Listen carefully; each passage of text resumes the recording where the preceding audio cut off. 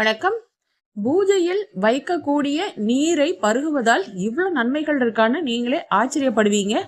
என்னென்ன நன்மைகள் அப்படின்னு நான் சொல்கிறேன். அதற்கு முன்னாடி நம்ம சேனலை சப்ஸ்கிரைப் பண்ணாதவங்களா இருந்தால் பண்ணிக்கோங்க. நான் போடுற உபயோகமான வீடியோக்கள் உங்களுக்கு வந்து சேரும்.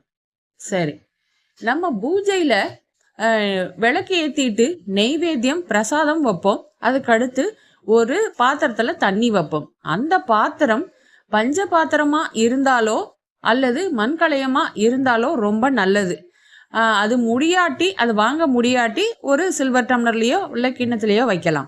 சரி, அந்த நீரை வச்சுட்டு வெறுமன தண்ணி மட்டும் வைக்காம அதுக்கு ஏன் அப்படி வைக்கிறோம் அப்படின்னு கேட்டிங்கன்னா, நம்ம சொல்ற மந்திரங்கள், நம்மளுடைய வேண்டுதல்கள் எல்லாத்தையும் ஈர்க்கும் சக்தி நீருக்கு உண்டு.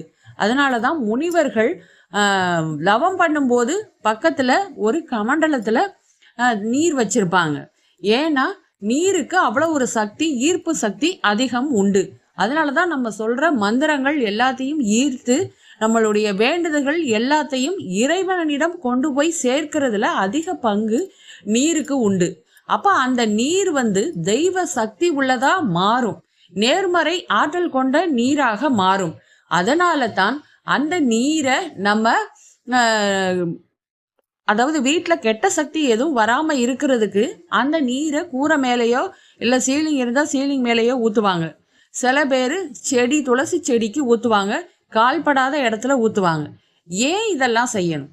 நமக்கு நேர்மறை ஆற்றல் கிடைக்கும், தெய்வ சக்தி கிடைக்கும், தெய்வ கடாட்சம் கிடைக்கும். அப்படிங்கும்போது அந்த நீரை நம்மளே பருகலாம். இது எல்லாமே நமக்கு கிடைக்கும். அந்த நீரில் வெறுமனை வைக்காம ஒரு துளி பச்சை கற்பூரம் போட்டு வைக்கலாம். உங்கள்கிட்ட இருந்துச்சுன்னா துளசி இலைகள் 2 போட்டு வைக்கலாம், ஒரு 2 ஏலக்காய் போட்டு வைக்கலாம், ஒரே ஒரு சின்ன பீஸு வெட்டி வேர் போட்டு வைக்கலாம். இதெல்லாம் இருந்தால் செய்யலாம். செஞ்சால் ரொம்ப நல்லது. வெறும் நீர் வைக்காம பானகம் வைத்தாலும் நல்லது. சரி, அது எல்லாராலையும் தயார் பண்ண முடியல அப்படின்னா இந்த நீரில் வேற ஒன்றுமே இல்லாட்டினா கூட ஒரு துளி பச்சை கற்பூரம் மட்டும் போட்டு வைத்தால் கூட அது தீர்த்தமாக மாறும். நம்ம கோயில் பிரசாதத்தை எப்படி தீர்த்தம் கொடுத்தாங்கன்னா எவ்வளோ பவ்யமாக வாங்கி குடிப்போமோ அதே மாதிரி தான் அதுவும் தீர்த்த நீர் தான். நம்ம வீடு தான் கோயில். அதனால தாராளமாக அருந்தலாம். அதில் இந்த மாதிரி ஆரோக்கியம் தரக்கூடிய பொருட்களும் நம்ம கலக்கிறதுனால உடலுக்கும் நல்லது, நேர்மறை ஆற்றல், தெய்வ சக்தியும் நமக்கு கிடைக்கும். செய்து பயன்பெறுங்கள். நன்றி, வணக்கம்.